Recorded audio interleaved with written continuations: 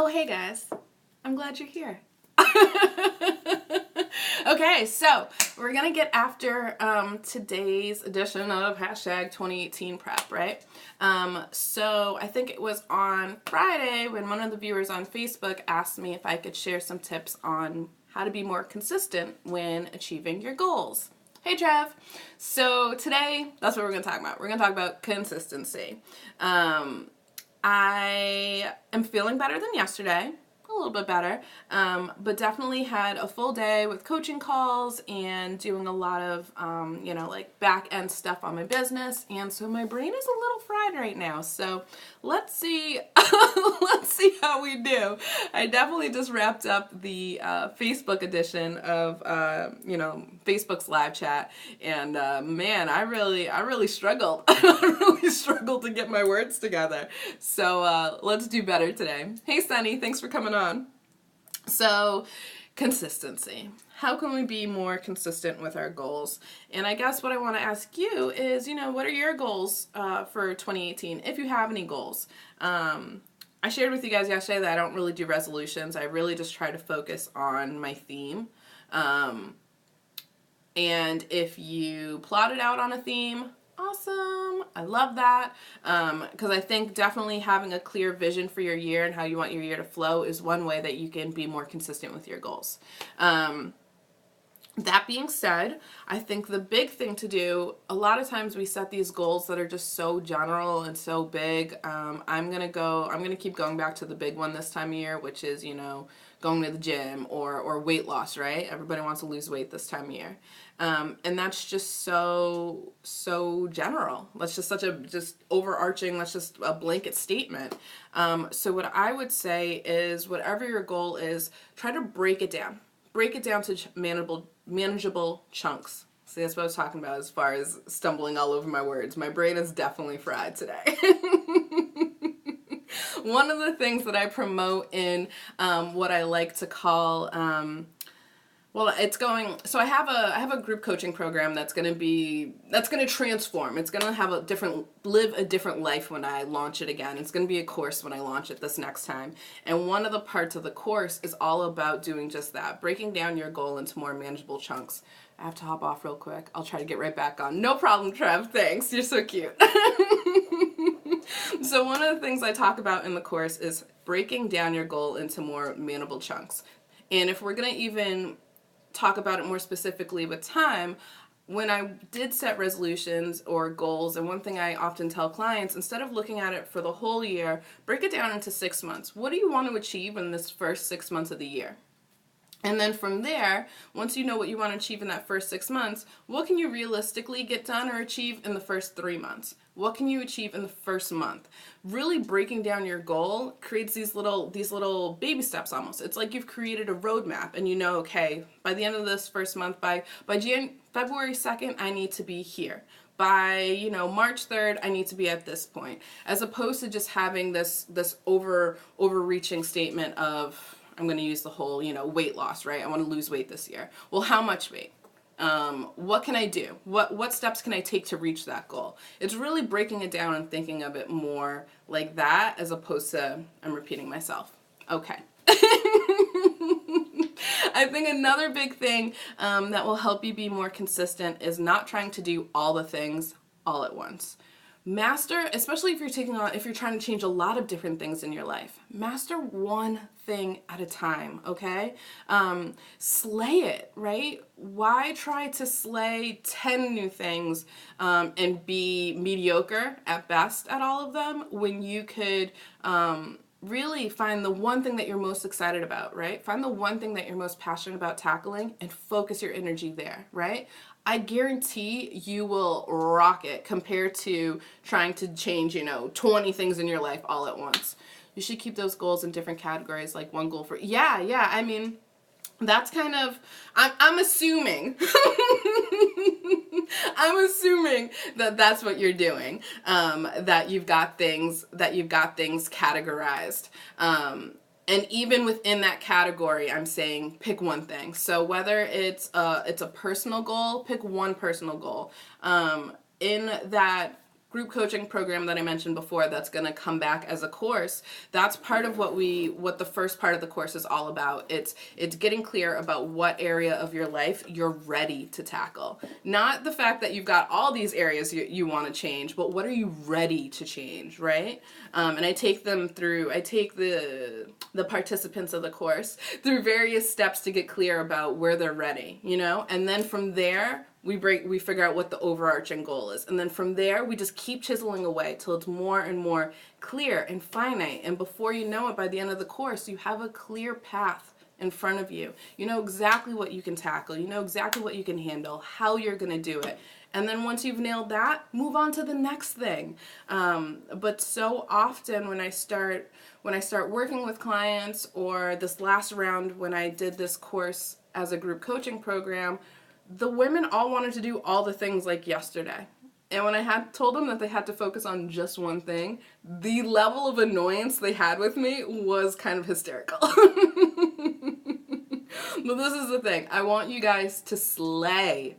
And if you try to do all the things all at once, there's no way that you're going to be able to give your best effort with all that change. And change takes time. So that being said, I ran off on my little tangent there. The other tip that I can say as far as helping you get consistent, once you're clear about all of the things, once you're clear about, the steps that you're going to take to achieve the goal, perhaps this is a goal that you're working on every day, right? I say I'm the little kid who likes the gold star. I like the positive reinforcement.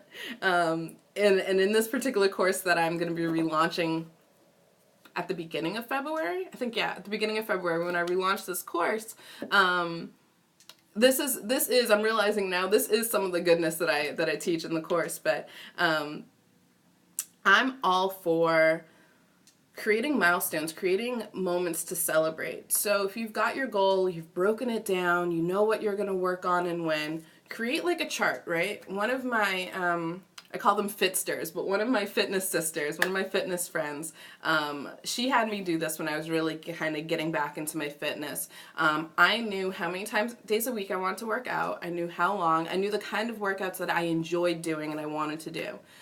So what I did is I created a chart, said Monday through Friday on the top, right?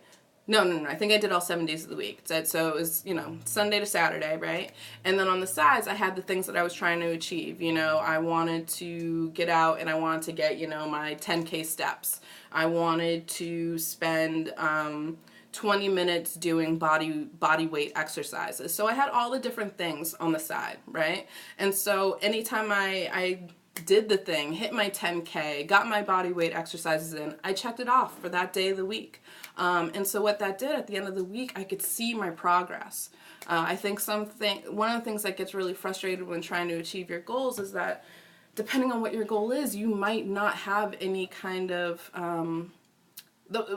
being able to see the progress might be really slow and frustrating. I know when I went live on Facebook, one of the women said that her goal was to be more organized, right? So once again, I asked her, what does that look like for you? What does that mean for you?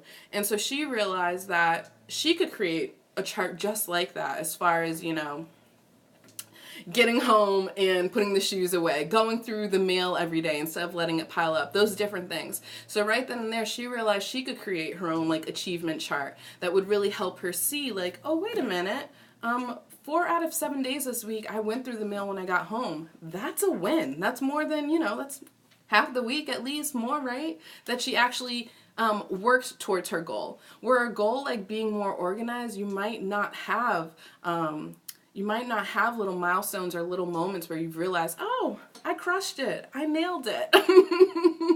So I think it's, especially if you know that you're someone who needs the positive reinforcement or to be able to track. That's what the word I was trying to look for. Whew. I said in the beginning that my brain was crunchy. I was not lying. If you want to be able to track your goal, and I think that's a great way to be more consistent, create that kind of chart, your little achievement chart. I think so I had one more thing I want to say on that. I mentioned before breaking down your goal, right? I'm a big advocate of doing 6-month goals, cutting the year in half, and then, backpedaling from there and really figuring out, okay, I know my 6-month mark, I want to be here. Where do I want to be from 3 months? Where do I want to be a month in? What I would say from there is now figure out what you're going to do to celebrate, right? So maybe you have a 1-month celebration, 3-month celebration, 6-month celebration. Maybe, it's taking yourself out to dinner, it's going shopping, whatever it is, whatever is going to motivate you to do the work.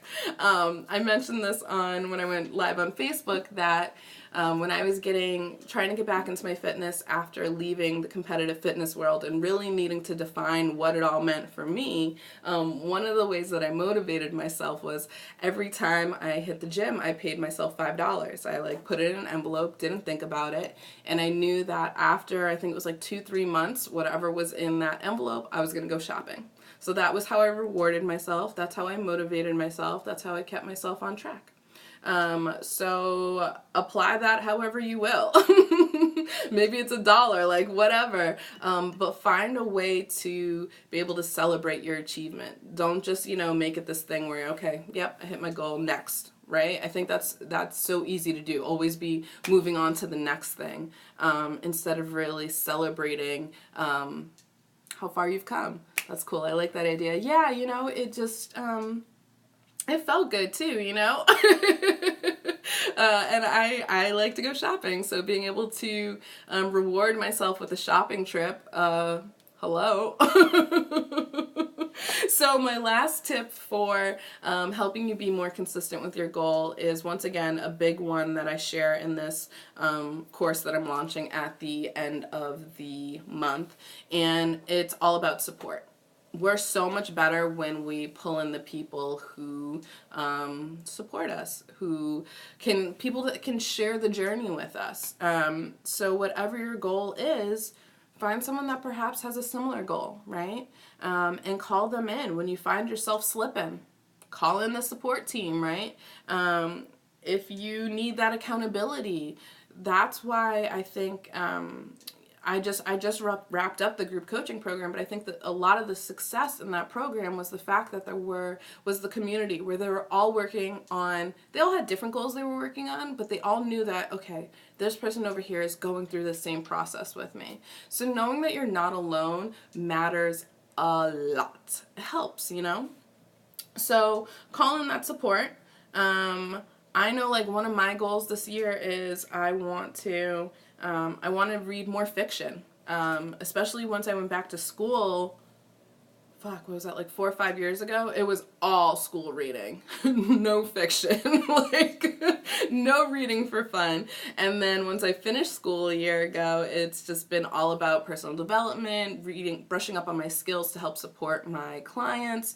And so I'm at a point now where I like to read. Reading is fun for me, so I really want to be in that place where I can do that. And so I'm not good at holding myself accountable for that, so that's where I'm thinking I might try to join a book club. And so right there's community, there's a deadline, I know I have to read the book by, I know that, there's a little bit of that social guilt, right? If I haven't read the book, oh God, so I'm really hoping that'll keep me on track. So yeah, so I'll run through that one more. That's where I'm at right now. Oh, the reading for school. Yeah. It's funny because you gotta love Facebook and how they'll what was it, they gave me my memory of a post from a year ago, and a year ago today I handed in my last assignment. Done. Door shut. And so it's really amazing. Of course, with New Year's a couple of days ago, I've been super reflective on 2017, but just thinking about how I finished school a year ago got me reflective of just how massive 2017 really was, in a good way, okay? I think I've done a lot of just beating up on 2017, oh, it sucked. It didn't. There was a lot of good shit that went down, but oh, hello, Amanda. Interesting. Thank you for being here. So yeah, I'm going to go run through that one more time really quickly, but for those of you who are, I have 2 classes coming up and I'm starting the advanced. Okay, so you got a lot going on, Sunny. There's no reading for fun in your world right now. So I'm going to run back through real quickly my tips on staying consistent with your goals this year. First and foremost, focus on doing one big change at a time. Focus on adopting one new habit at a time. Really slay that new goal, or really slay that that new habit, and then move on to something new. Then move on to the next one. But when you do everything all at once, your energy is divided. You're way better if you just focus in on one thing. So next, our second tip is with being more consistent with your goals is all about breaking that goal down into manageable chunks, right? Don't try to do all the things all at once. My only ones were being to work on time and reading more, nothing big because I didn't want to overwhelm. Yeah, I mean, and that's perfect. Reading more fiction is one of mine as well. When we try to take on these goals that are just so massive, it's easy to get frustrated and it's easy to fall off the wagon. So that's why my second tip was just breaking it down into chunks. So if you know where you want to be a year from now, where do you want to be 6 months from now? Where do you want to be 3 months from now? Where do you want to be a month from now? And focusing there on each point. My next tip with being consistent is once you know where you want to be a month, 3 months, 6 months from now, set up little celebrations. How are you going to celebrate hitting that goal? And let that motivate you. I'm all about the positive reinforcement. So I mentioned earlier that, like, if it's a shopping trip, or if it's a spa day, or if it's, maybe you're just treating yourself. Maybe it's like, okay, I hit my goal, I'm going to go spend a whole day by myself. Whatever it is, give yourself that little milestone, that little celebration, because you made shit happen. So my other tip, I think it was 4. See, this is why I need to write shit down. My 4th tip with staying consistent with your goal is mapping it out. Create like a little achievement chart, right? Monday through Friday, all the little goals on the side, and whenever you do the things, write it out. Put a little check mark next to it. That way, when you hit the end of the week, you can see, oh yeah, I did that. I think a lot of times with different goals that we set, there's no real way to track them, so track that shit. My last tip for you guys is call in the support. Call in your support team.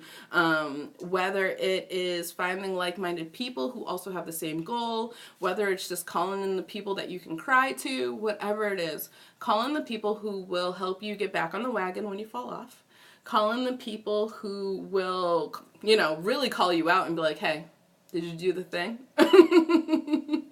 But I think too often we try to take on things alone, forgetting that as human beings we need community. We need those people to uplift us. So that's what I got for y'all. So that was today's #2018 prep chat, and I'll be back tomorrow. I cannot remember what we're going to talk about tomorrow. My brain is too fried. But yeah, if you're catching the replay, thank you.